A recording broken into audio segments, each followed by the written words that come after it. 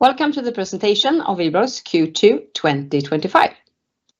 This report we have some records, some repetition, and of course some news. But as a part of that, we start with a celebration. Last year we celebrated 100 years as the company Wihlborgs, and this quarter we have celebrated 20 years as a listed company, and that might be worth some reflections. We often talk about focusing on growth and earnings capacity. What have we actually achieved? We started the 23rd of May 2005 with a property value of 7 billion Swedish krona, and 20 years later we have grown to 63 billion without raising any new equity from our shareholders. During these 20 years, we have invested 20 billion in our project portfolio and gained an extra 5 billion in profit from these investments. We have also made acquisitions at a value of 14 billion. We have 19 years in a row with increased dividend, a compound annual growth rate at 10.4%, and in total 9 billion have been paid as dividend to our shareholders. Irrespectively, if you measure rental income, operating surplus, or income from property management, we have achieved a compound annual growth rate of almost 10% over these 20 years. And the total return on the share with reinvested dividends has been 1,735%, or annually 15.6%, well above the total Stockholm stock market has generated. Now, time for a summary of Q2. We have record in rental income, record in operating surplus, record in income from property management, record in acquisition, record in dividend, record in property value, completely as we expect from ourselves. Net letting positive at 24 million, and the demand for good quality and good location remains, and so does our potential for growth. From our own actions, of course, but based on the fundamentals in our geography. Results from the first half 25, rental income up to 2,142 million, operating surplus increased to 1,544 million, and income from property management increased by 12% to 987 million. The result for the period amounts to 883 million, corresponding to 2.87 krona per share, and EPRA NRV has increased by 10% to 94.35 krona per share, adjusted for paid dividend.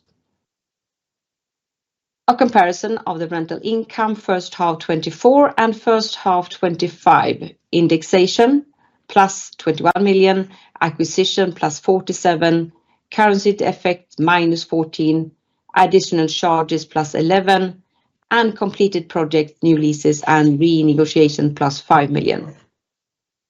Higher vacancy today than a year ago, but during the fall and beginning 26 improvement from new leases will show.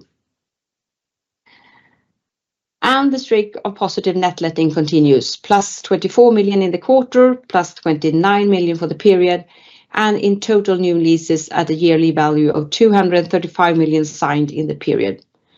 41 quarters in a row, and this quarter the majority of new leases come from existing portfolio. Here are some of the tenants that we have signed during Q2. Per Årslef at AB Industriväg started the quarter well, but we also see good expansion from, for example, ARM in Lund. They continue their growth before they even have entered the first lease at Vätet 1. And growing demand from security sector as Defensify and Cyber, who will also continue their growth. Here we have the net letting in a historical perspective. Lettings in green, termination in light blue, and dark blue stacks are the net letting. The high volume with new and higher demand seems to continue. Our last goal was to beat the magic 40 quarters in a row, so the next goal is of course to reach 42.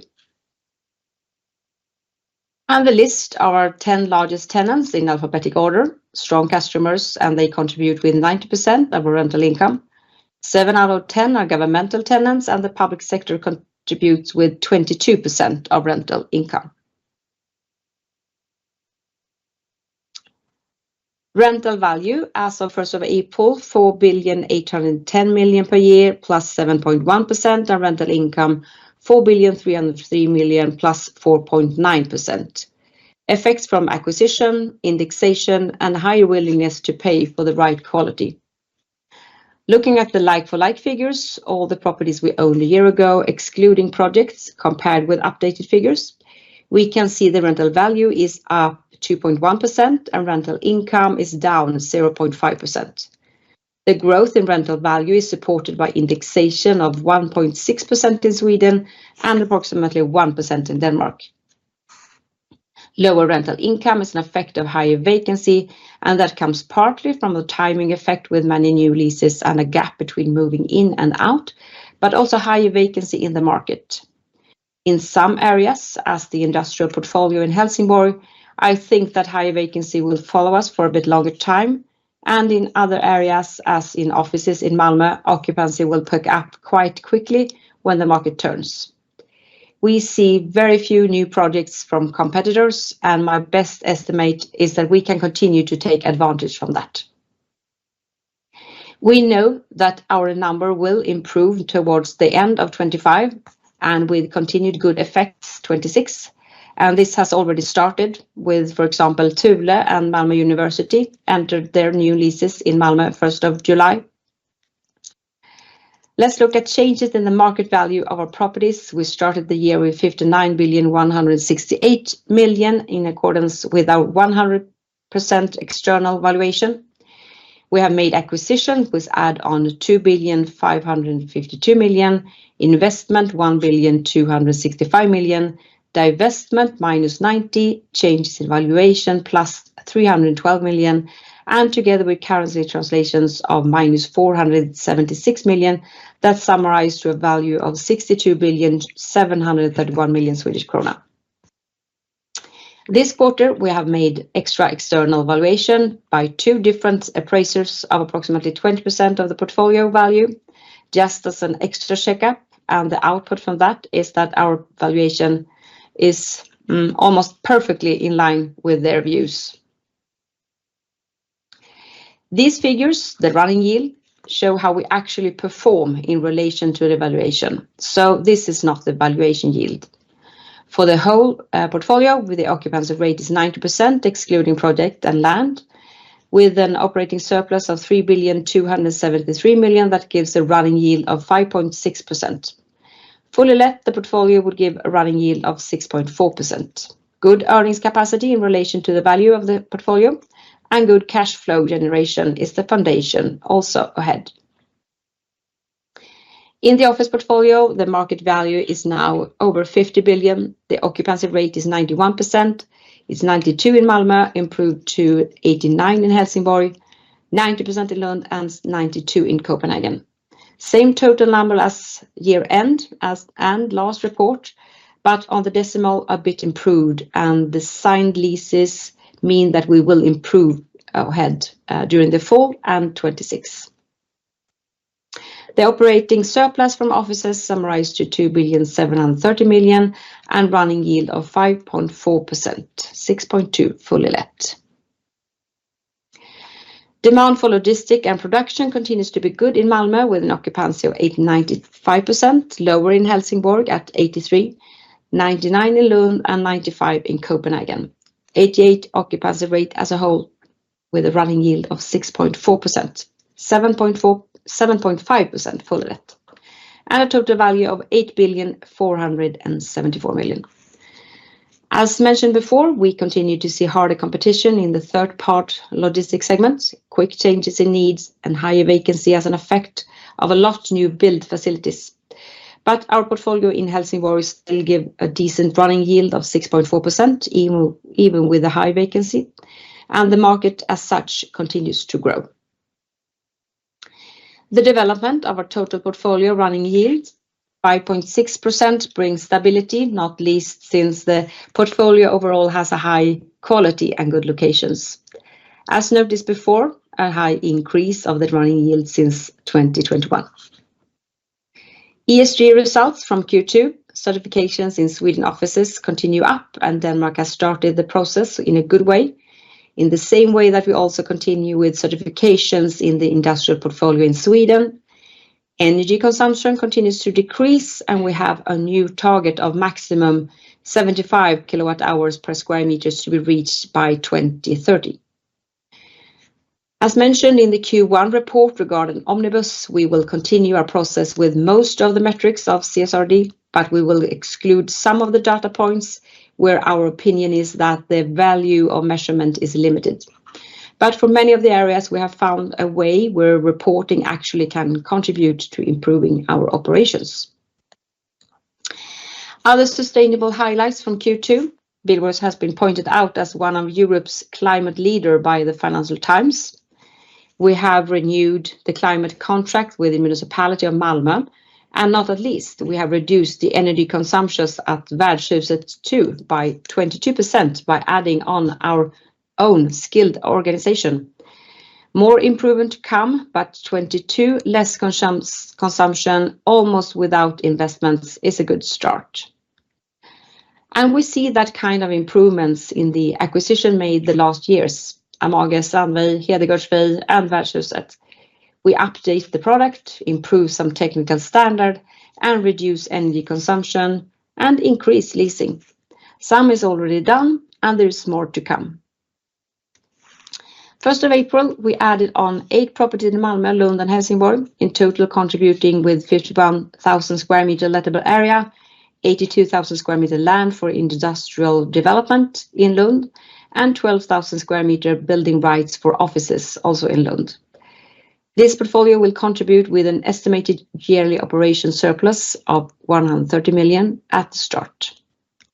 And here are the land areas included in the portfolio, as shown before. At Bryssel-Kolan, we have estimated that we can build between 40 and 50,000 square meter industrial building. A catalogue of our value and properties in our 4 cities and Q2. 40% of the value in Malmö, 22 in Helsingborg, 17 in Lund, and 20 in Copenhagen. And as mentioned before, the diversity of different businesses in the region is a strength, but also the diversity in volume is interesting. Both in Q1 and Q2, we have signed leases of more than 20,000 square meters each in the office segment. And especially in Copenhagen area, we see more potential of interesting volume ahead. The combination of many small and some larger tenants also built a strength. Our growth is of course related to the possibilities in our geography, and at this picture we can see the employment growth in a comparison between Stockholm, Gothenburg, Malmö and rest of Sweden. Malmö have had a good growth and we have been able to meet that growing demand. Let me wrap up this part of the presentation with a quick update on the Öresund region. The Öresund bridge just turned 25 years, still young for a bridge and just in the beginning of its lifetime. But for Wihlborgs, it has been central to our growth for 2 decades. Infrastructure drives development. The Danish government clearly sees this, and they continued with their large-scale investments. The Fehmarn Belt link to Germany, now under construction, will open in 2029. That will strengthen the region's role as the northern gateway to Europe. Just this week, the Swedish government appointed Alan Widman as special investigator. His task is to develop a joint Swedish-Danish mandate for a strategic study on capacity and redundancy across the Öresund, with a long-term view towards 2050.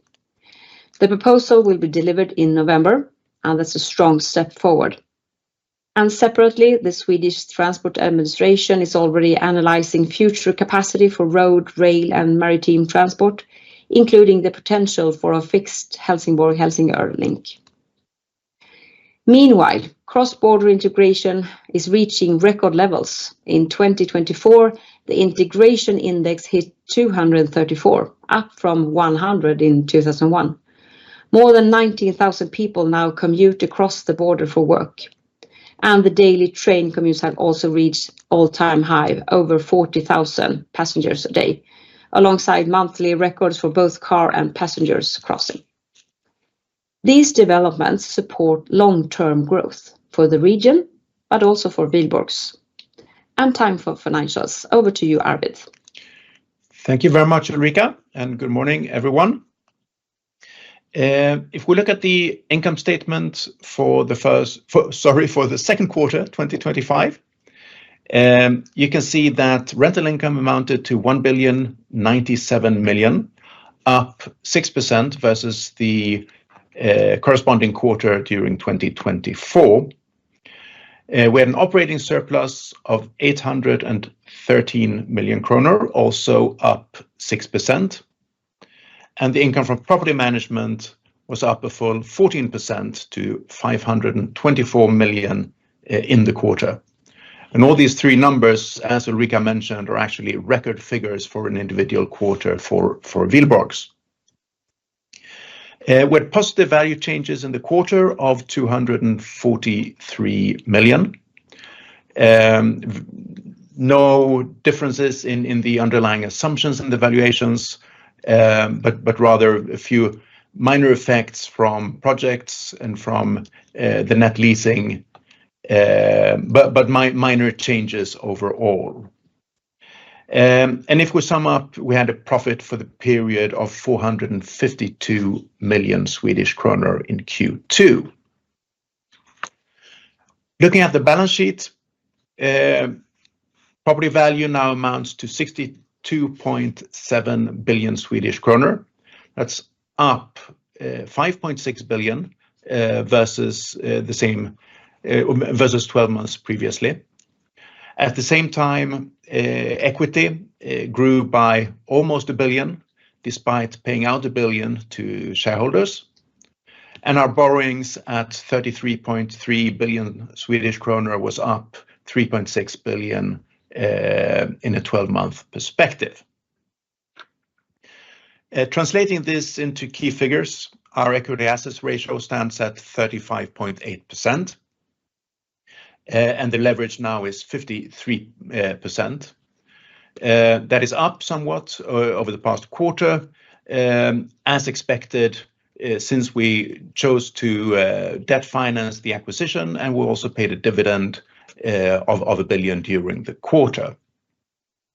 We see the LTV gradually moving downwards from here as a result of our cash flow earnings, basically. The interest cover ratio during the first half was 2.8. In Q2 individually, it was actually 2.9 times. So the development of the interest cover ratio is positive.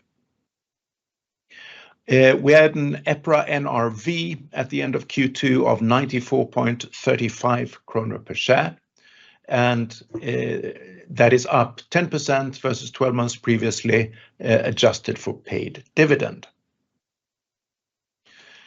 The EPRA NRV per share, the development you can see on this slide in the historic perspective.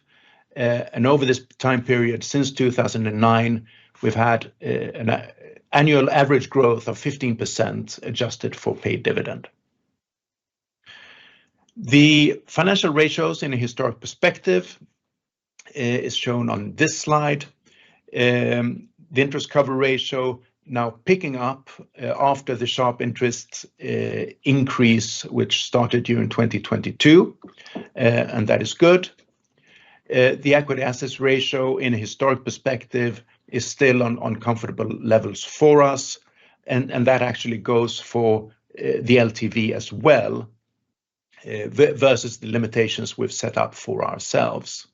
However, from the 53% LTV, our objective is, of course, to bring that downwards slightly from here.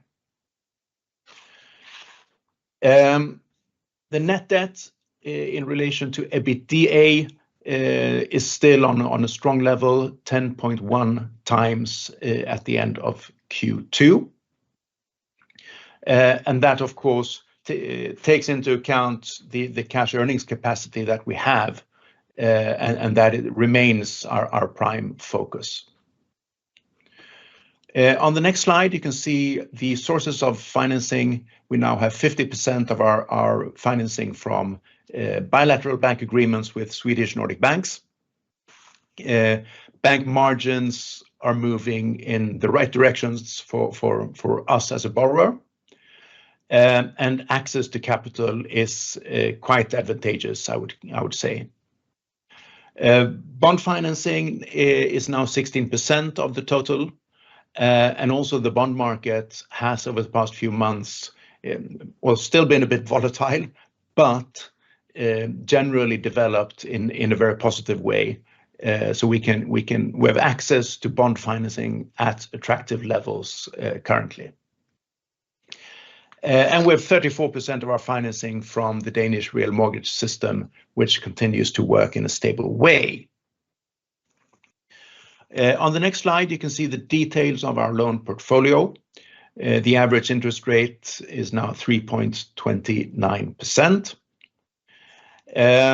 You can note, looking into the future, that we have some attractive interest rate swaps expiring both in Q3 and in Q4.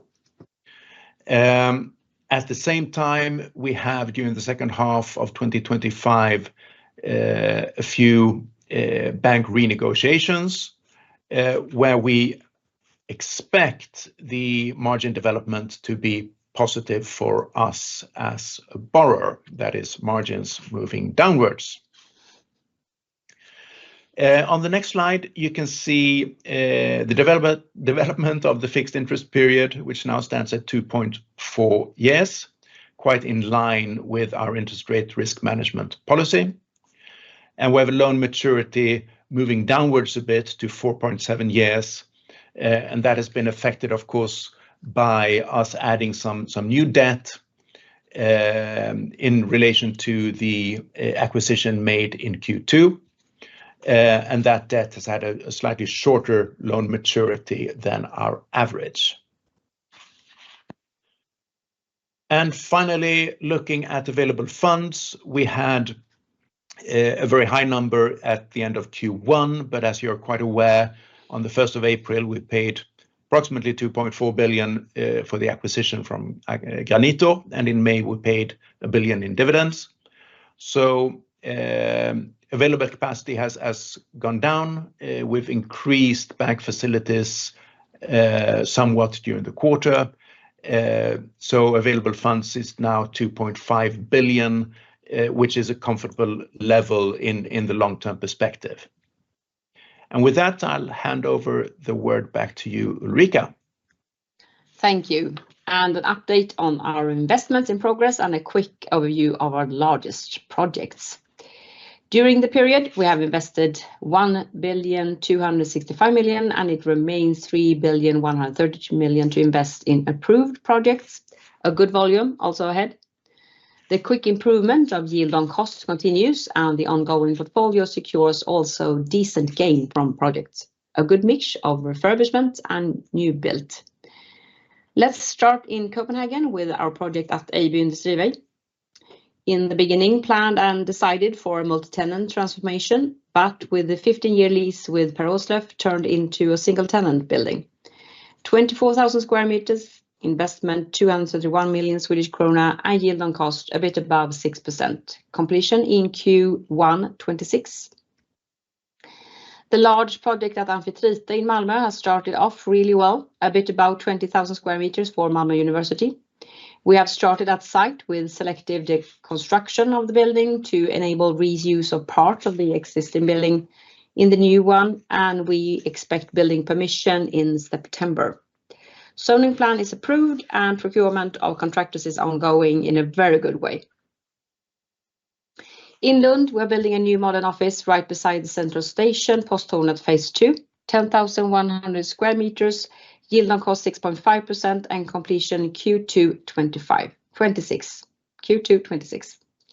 And at Vätet 1, also in Lund, we refurbish and add on areas for our new tenant Arm. 5,700 square meters at the start, and they now have added on some extra. 7 years lease, investment 145 million excluding value of the land, and yield on cost a bit over 10% and over 6.6% yield on cost including ingoing property value. A new modern facility, and Arm has already signed, as mentioned, additional areas. In Malmö and Hyllie, we have Bläckhornet 1, Vista, an 884 million investment. The mobility hub has already been completed and has a good occupancy. The office will be completed end 25 and during 26. Yield on cost 6.2% and 35% pre-let for the office part at end of June. But now in July we signed additional 900 square meters at 7-year lease with a public tenant. So even if patient is important, the movement is in the right direction. The product is the best with great flexibility and the competition from new builds in the area is low. An example of refurbishment in Malmö is Börshuset 1. This is an almost iconic building right beside the train station. 6,000 square meter office, restaurant and co-working, and absolutely top rent in a Malmö perspective. Completion in Q4 25 and moving in will continue during 26. Pre-let 95%. In the Dockan area, the refurbishment for University of Malmö and the police education has been completed as of 1st of July. Yield on cost approximately 11%. And the same thing with Dockporten 1, headquarters for Thule. They entered the building 1st of July. A smaller investment, but a great result and a good impact for the area. In the southern parts of Lund, we have been able to continue the development of Tomaten. This project is for BPC, completion Q2 26. Yield on cost 7%. And next to that, at Stora Råby 3222, we have actually been able to improve even more. We have signed a new lease with the Lund University, and that means that we can use the land area even better. So now in total 14,500 square meters for Note and Lund University. Completion will start in Q2 26. Investments a bit lower, actually 260 million, and yield on cost improved to 9.2%. At Galoppen 1 in Malmö, we build the facility for Caldit, completion in Q3 25, approximately 10,000 square meter production, logistic and office, total investment 264 million and yield on cost 7%.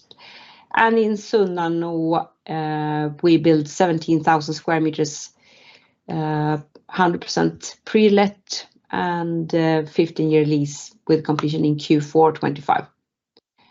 Also 7%, close to 7%.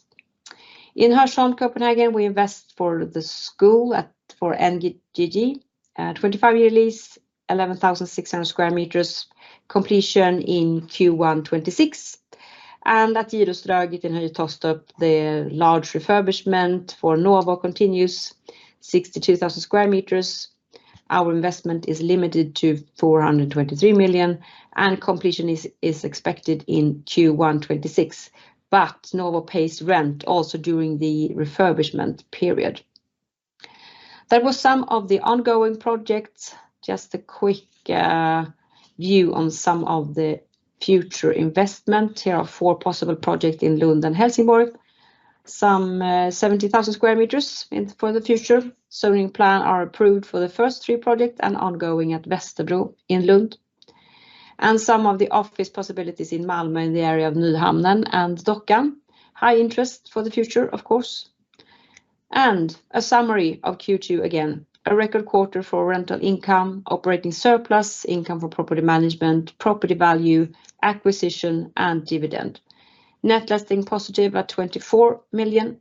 Net EBIT to EBITDA at 10.1. Remain a good demand for good quality and good location. And project investment continue to give a good potential for growth. And with that, we are open for questions. If you wish to ask a question, please dial pound key 5 on your telephone keypad to enter the queue. If you wish to withdraw your question, please dial pound key 6 on your telephone keypad. The next question comes from Lars Norrby from SEB. Please go ahead. Good morning, Ulrika. Good morning, Arvid. Morning. Okay, let me just put the spotlight on what you're saying about the economy and the market. looking particularly at you're sending out slight positive comment about the Copenhagen market, whereas in Sweden you say the economy is weaker. In Sweden, do you think we have now passed the low point in the cycle? Is it now turning up? Of course, hard to say. It's true regarding Copenhagen that we see really interesting discussion on larger areas, and that's promising for the future. And many things in Copenhagen is working very well. So looking forward to see what will come from that.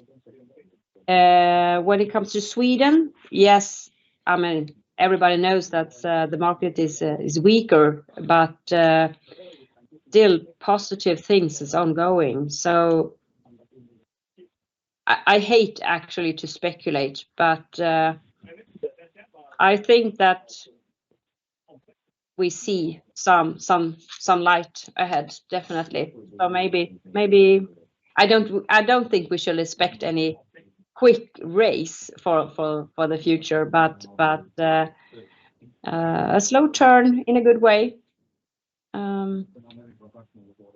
Many things were from our customers' perspective seems to be pointing in the right direction, but a bit cautiousness, of course, is there. I wouldn't call it speculate. I call it forecasts in my Excel model. Anyway, let me just to be clear here, when you talk about Copenhagen and you talk about Sweden, are you talking about comparable segments of the market, or is your own segment mix different which in some way affects your market comments, if you see what I mean? I think that, of course, I'm closer to our own portfolio and our own discussions. And let's be aware of that the Copenhagen market still haven't shown any dramatic changes in higher increasement of rental value. It's still a very slow moving market in that way, but it's interesting to see that I mean, the discussions we have ongoing is interesting. So, but it will never be the same as the Swedish market. You cannot expect that. But it's not like, this final question, clarification, it's not like when you're talking about Sweden, you're talking about some, 70-75% offices, whereas in Copenhagen it's less than that. Is it? I mean, I talk about the office market mainly in Copenhagen. Okay, very good. Thank you. Those were my questions. The next question comes from John Vong from Van Lanschot Kempen. Please go ahead.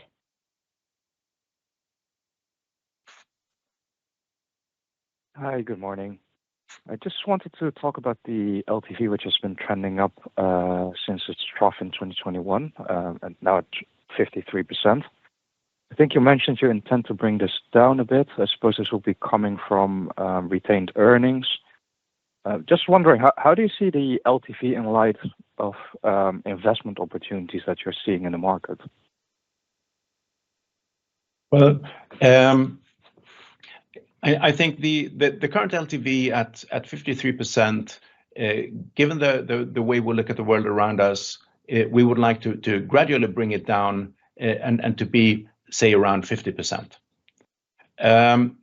But as we have shown actually during this quarter, we feel that we've managed our balance sheet in such a way that we've been able to seize an acquisition opportunity in a good way, and focusing on improving income from property management per share. We've chosen to debt finance that acquisition. as we've talked about on different occasions previously, and I'm sure you're aware that we also have a mandate from the AGM to issue new shares up to 10% of the total number of outstanding shares. We've never used that mandate, but that is, of course, a tool which can be used if the right opportunity arises. So we don't feel that the current LTV limits us from looking at future opportunities in the market. But what will come up is, of course, very, very uncertain. Okay, clear. And then you also point out that the net debt to EBITDA or net debt to operating profit is at 10 times. I understand that it's not an official KPI. Just curious to understand, is this a metric you look at and consider when you're considering investments? Well, I mean, we track the number on the group level fairly closely because we think it makes sense to relate the debts to an approximation of the cash flow. And we're happy that that level or that metric over the past few years has been stable and even improved. So that is, of course, one factor which we bear in mind when looking at investment opportunities.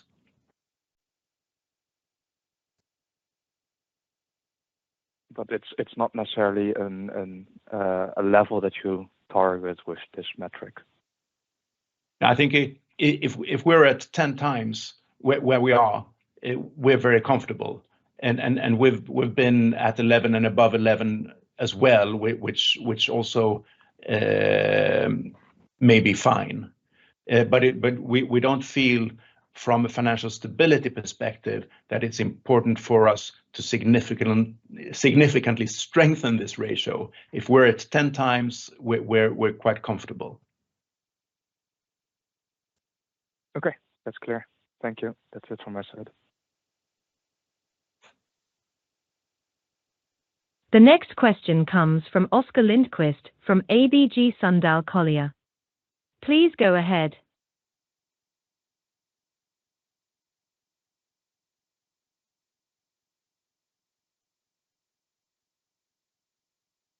Now we don't hear you, so maybe you... Oh, sorry. Can you hear me now? Yes, now we hear you. Perfect. Perfect. Good morning. So on occupancy, I think you alluded to it in the presentation, but given recent quarters net letting, how do you expect occupancy to develop in H2? We expect to improve both in late 25 and even more to come 26. Perfect. And then a more detailed question, but current tax in the quarter was a bit higher than expected. Is there anything to highlight here? Yes, as you can see in the report also, we divested some residential building rights from part of one of our properties in Copenhagen, and that will also trigger a tax effect, which is what distorts that number somewhat from what you would have expected. Okay, perfect. Thank you. That's all from me. Thank you. The next question comes from Albin Sandberg from Kepler. Please go ahead. Yes, I have two questions. First, Ulrika, the comment you're making about competitors not being too active in the market, is that a sign you think that they don't really have the same faith in the market as you have, or do you expect them to pick up pace, as obviously the outlook seems quite good relative to other parts of the country? Most of all, decisions for new projects coming out to the market now in 25, 26 and early 27. These decisions were supposed to be made some time ago. So yes, Skanska have started a new project in Hyllie now, but that will be completed later. So the competition is very limited for new build coming out to the market during 26, I would say. And there is also some other projects starting up a bit, and possibilities is there, of course, but things are, I mean, it's not like some years ago when everybody tried to do anything everywhere. So it's a fact of decisions made during the last years that now make us quite competitive, I would say. Yeah, okay, that's good. And then Arvid, the comments you're making about the swap expiring and possibly renegotiating lower margins, do you target to maintain the 3.3%, or do you foresee a slight uptick in your overall group cost of finance for H2? In the second half, we will have an effect of expiring swaps, meaning that the average interest rate would move upwards slightly. But as I also believe I mentioned, we're also having a few bank renegotiations during the second half, and my expectation is that those renegotiations will be beneficial for us. So, I mean, generally speaking, I think our financing terms are fairly much at market. We will continue to work with our interest rate risk management policy, entering into a few new swaps, basically on a quarterly basis. So I don't expect any major change in the average interest rate over the second half. Great. Thank you very much. Those were my questions. Thank you. As a reminder, if you wish to ask a question, please dial pound key 5 on your telephone keypad.